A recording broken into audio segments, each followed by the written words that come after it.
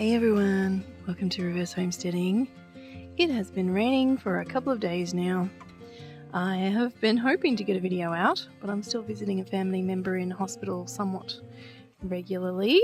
Little surgeries here and there, sadly, but that person is doing okay. As you can see, most of the nets are off, and what I was hoping to do in the last couple of days is to show you me planting some more seeds, which, you know, might be interesting or might not be. I really want to plant the little seedlings that are getting used to being in the great outdoors, but I'm getting wet just standing here, so I will show you my seeds inside. Alright, so my major seed planting for autumn or fall and winter coming up. I have done some that probably mattered before now, but these are my garlic from the previous season. I'll just plant the biggest ones a little bit sort of on the end of planting garlic, but if I get them in soon I think they'll be fine. Let's start with our brassicas.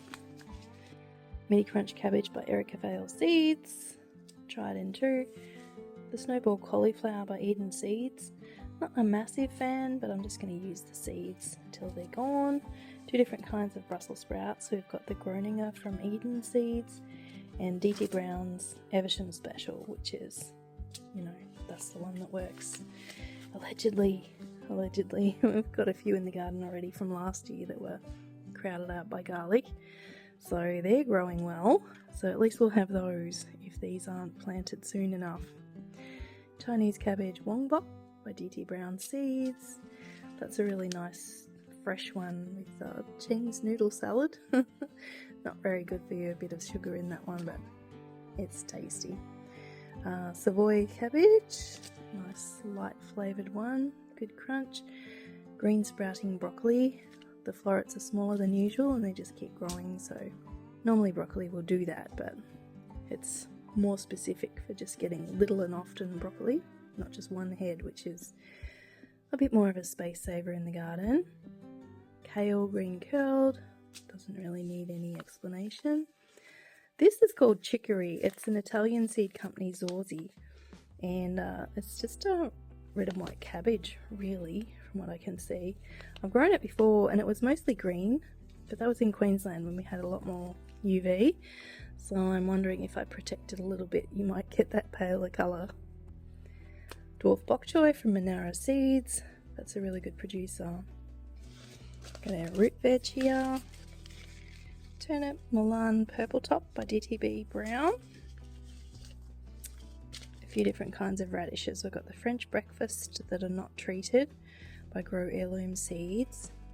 We'll just go with the different radishes that we've got to start with.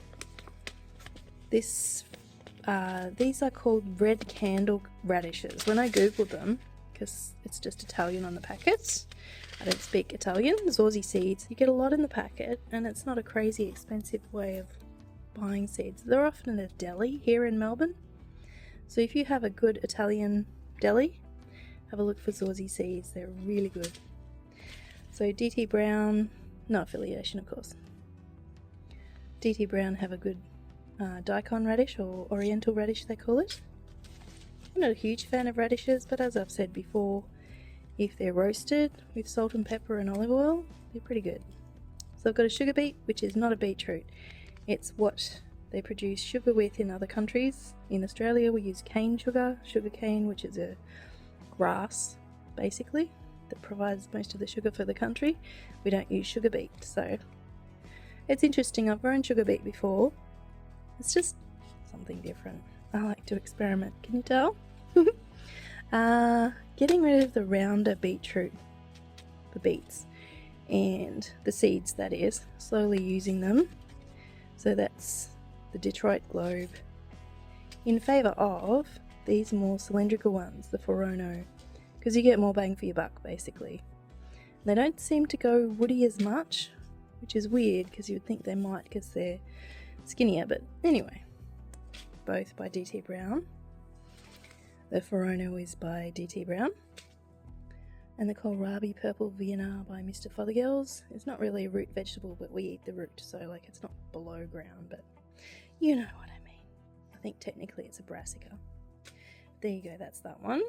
As for the legumes, peas and beans and things, I've got green feast pea, which I'm repackaging like most of my seeds to save a little bit of space. Mung beans that I've grown before and just packaged up there.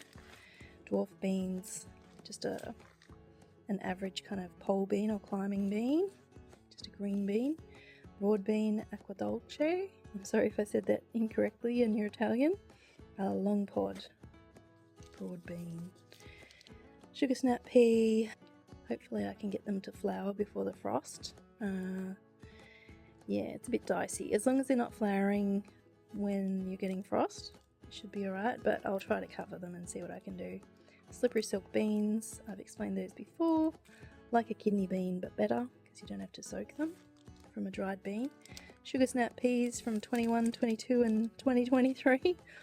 My own seed, which I'm just going to plant to get rid of them and possibly get some plants. Some new seeds that I got.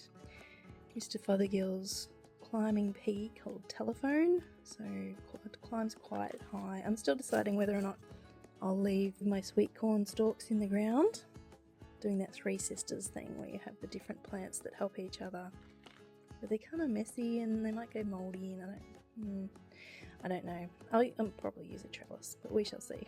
Snow pea by DT Brown, again like the other peas, hopefully I can get them to flower before the frost comes. In Australia we don't have a published first and last frost date. They just sort of leave it to chance. I just hadn't even heard of first and last frost dates until I don't know how long ago, 6 years ago, and I've been growing vegetables for about 30 years because they just don't talk about it in Australia, probably because our weather is not very dependable, or maybe I just haven't been in the right circles. Just been doing things on my own, I think is probably the problem. English Medanius spinach, I usually have that as baby spinach.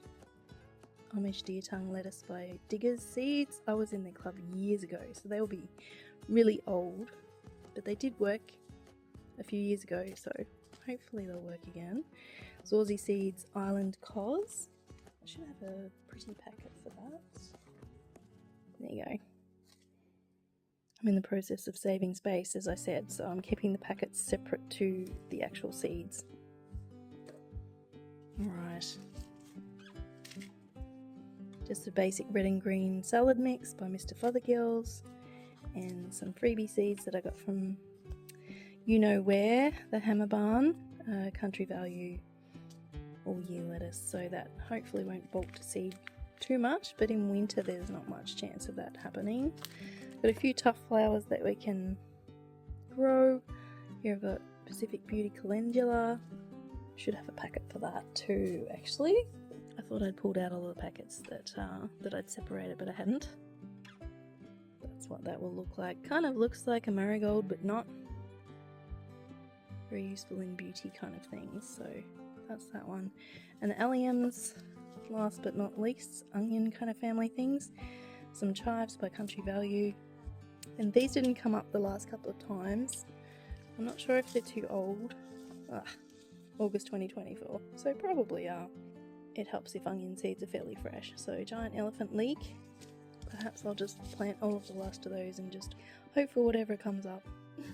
So that's that for those. Well, I hope you're having fun in your garden, if you can, and if you're not getting too wet. Hopefully that's not the case where you are, but it is here. Well, thanks for watching. We'll see you next time.